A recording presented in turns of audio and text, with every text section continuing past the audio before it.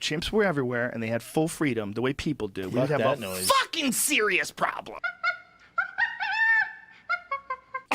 Zack, you gotta fuck off now. Why? Because we're gonna record. Yeah, so we just watched Dawn of the Planet of the Apes. Probably the best reboot, but I don't want to say that. I have not seen War. He has not seen War of the Planet of the Apes. It is. the best. Yeah, it's almost 2 in the morning. So our roommate thinks Rise is the best, but he doesn't even think Chimp Kino is real Our cinema. roommate is a fucking retard, dipshit, fuckface. Go to bed. That's why in description you see fuck Zack. If you ever want the most lukewarm, just shitty opinion, Fuck. I have the correct person to point you towards. Kobe. Kobe. Dawn was really good.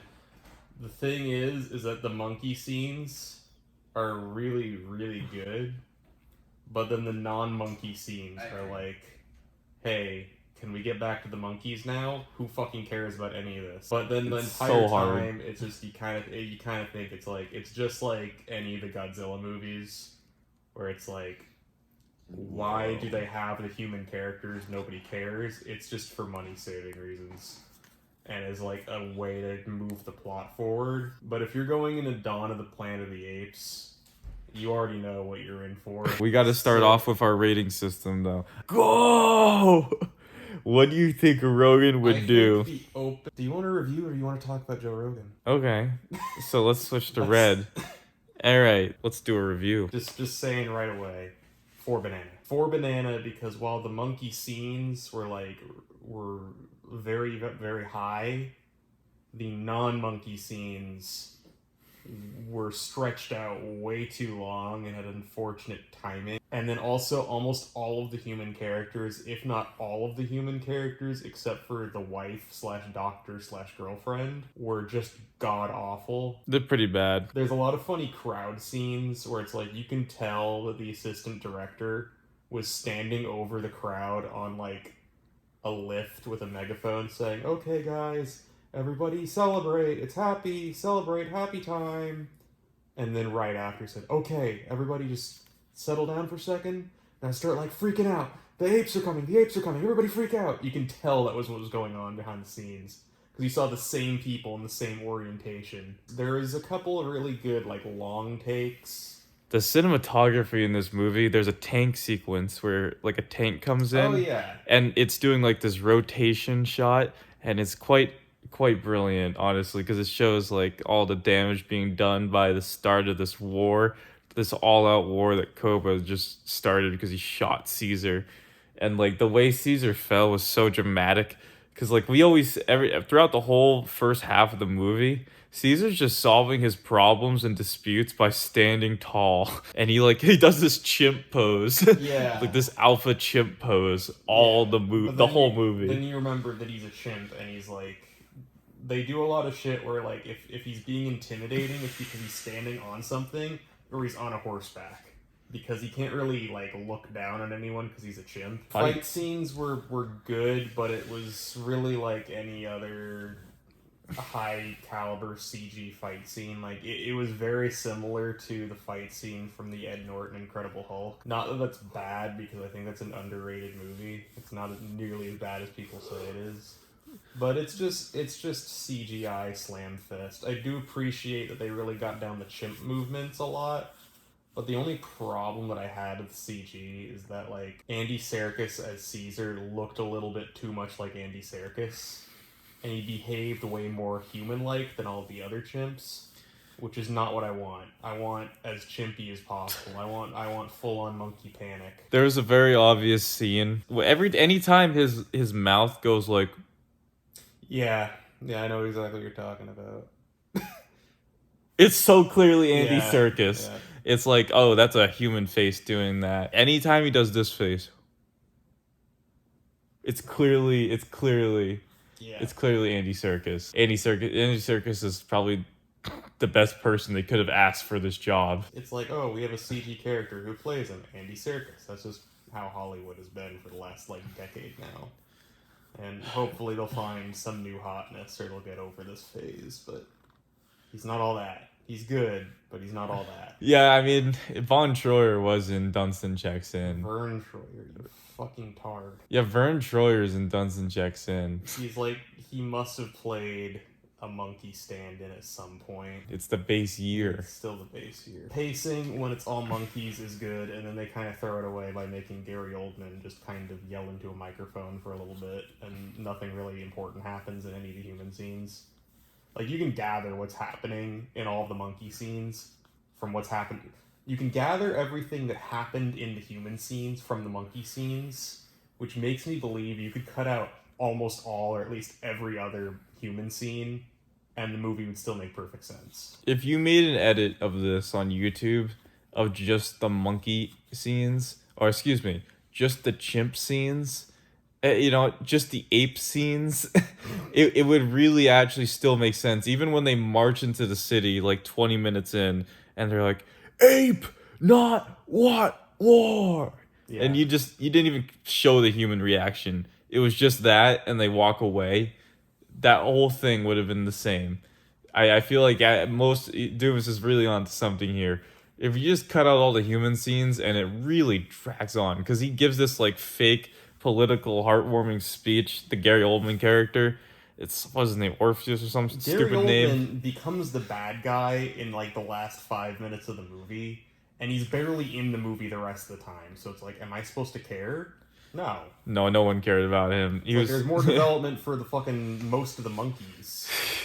It's like literally Rocket, one of the apes, has as much screen time as Gary Oldman. We hit every emotional thing you can hit on the chimp scale in terms of like we've hit every emotion you could feel as on a human level through chimps in this movie. The chimp out scenes were really good. They just get bogged down by everything else. Honestly, though, like, if I had to grade, like, movie politics, the chimp politics was way better than, like, the Phantom Menace Trade Federation politics. Absolutely. Where it's like, there was chimp political prisoners. It was pretty crazy. The way he manipulated... Go back to bed, Zack. What, are you serious? Did you watch the same movie as us? Fuck you. Go back to bed. Yeah. Go back to bed. The way he manipulated Caesar's son... You mean episode 3? Or episode 1? Episode 1. Alright. Go back to bed. Jesus. We're doing something here. Come on, man. That's a very serious accusation. That movie's forced exposition and bullshit Trade Federation. I want to take a shit underneath like the crack in his door and squish it through like silly putty. So we covered cinematography. We covered the chimp scale of emotions. The chimp outs we've covered. There's a great chimp out scene where you see all of them charging in when Koba starts the war, and you think, oh, they're just coming through the fog. And then it's just flashes of gunfire. It's a hail. It's a hail of gunfire. When the chimps start using guns, the movie really gets a lot funnier. It really does. Just because none of them are aiming either. They just have them. They hold them like they one hand the rifles too. Yeah. They don't even hold them properly. They just one hand them like it's some fucking Gears of War. I don't even know. Some type of video game where you hold the gun as one hand. Oh, it's ridiculously great though. It's fantastic. They never really establish how many horses they have or where the horses go when they're not being used on screen. Because they live in like the mountains, the apes do, but then they charge into town on a shitload of horses like every other scene. And then like they're in the town, their little ape village, and there's no horses. So it's like if they could have just shown like one little cutaway scene of like an ape jockey bringing the horses to their little horse corral when they're not being used for just general ape purposes, I think that would have done the movie a lot of favor. It would have been the opposite of, oh, Black Panther, here's a rhino, here's a terrible CG rhino. Look at this rhino. There's no reason we're introducing this. Promise. Wink, wink. And then it shows up later. because like the horses had already been used like in the prior movie. The human subplot is so boring. It's really so boring. bad. All of It's the so human- predictable. All of the human characters are just utter dipshits, except for the main character. But the main character is boring as fuck. And like, Yeah. actually, no, I said earlier that the doctor character, she's okay. But She's like, the only one that's okay. The only other characters that really have screen time are like the guy who shoots the monkey in the very beginning, who's just retarded. That's who I was thinking of too. He's just retarded. And then the two depot guards, who are even more retarded, that Koba fucks with like 3 times, or at least twice. It's so predictable, his whole plot line, that he's gonna fuck it up for everyone. Yeah, it's literally, it's like, oh, here's the dickhead, macho, irresponsible guy, and then there's the same character, except he's a monkey, and they're going to like fuck up, and then it's gonna create a war. You could literally figure that out within the first 15 minutes of the movie, probably a little less. M'Baku's palace is still cooler, but the problem is that they make the big deal, or the joke about how they're vegetarians, and I don't think I could do that. I don't think I could live there. No way. It's like, it's cool and all, they got the big gorilla face carved into the mountain, but It's in a snow mountain if too. they don't have like smoked pork chops, can't do it.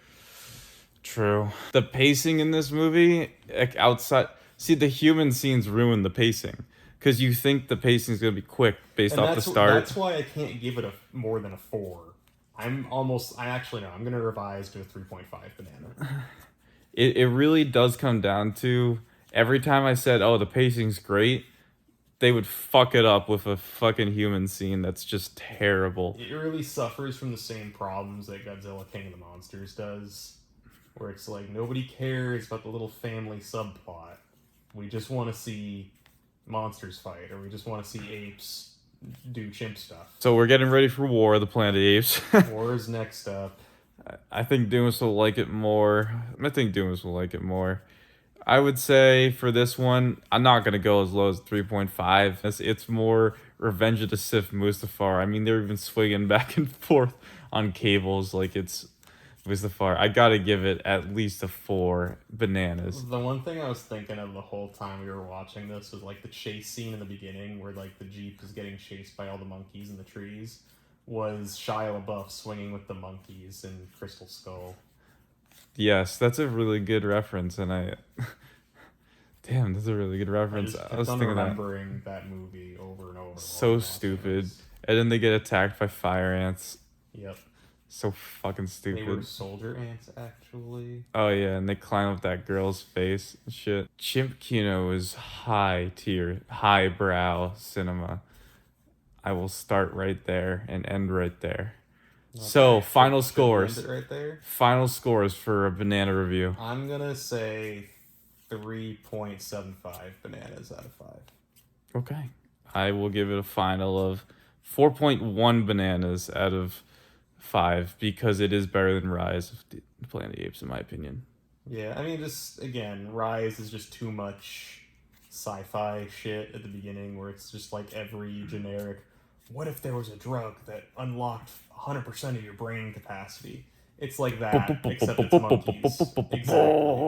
Exactly. That's what the first half of Rise is. That's why we But mentioned it's just Prometheus. the sheer amount of monkey business and general chimpery, even if it's not like violent, it's tremendous in Rise. That's why it gets a higher score in my mind. We do like the ADR in Dawn of the Planet of the Apes though. Dumas even commented on it. The ADR during the last fight sequence, they're just random chimp noises. Yeah. Whoever was the sound mixer, props to you. Yeah. All right. This is Chimp Kino signing off. Wait. What was your favorite quote of the movie? Well, it's the same as the last one, Apes Together Strong. Even Koba says ape together strong. He only yells his lines like you said. Koba's great because he only screams. He only screams. He only screams. He screams to the bitter end. No. Okay.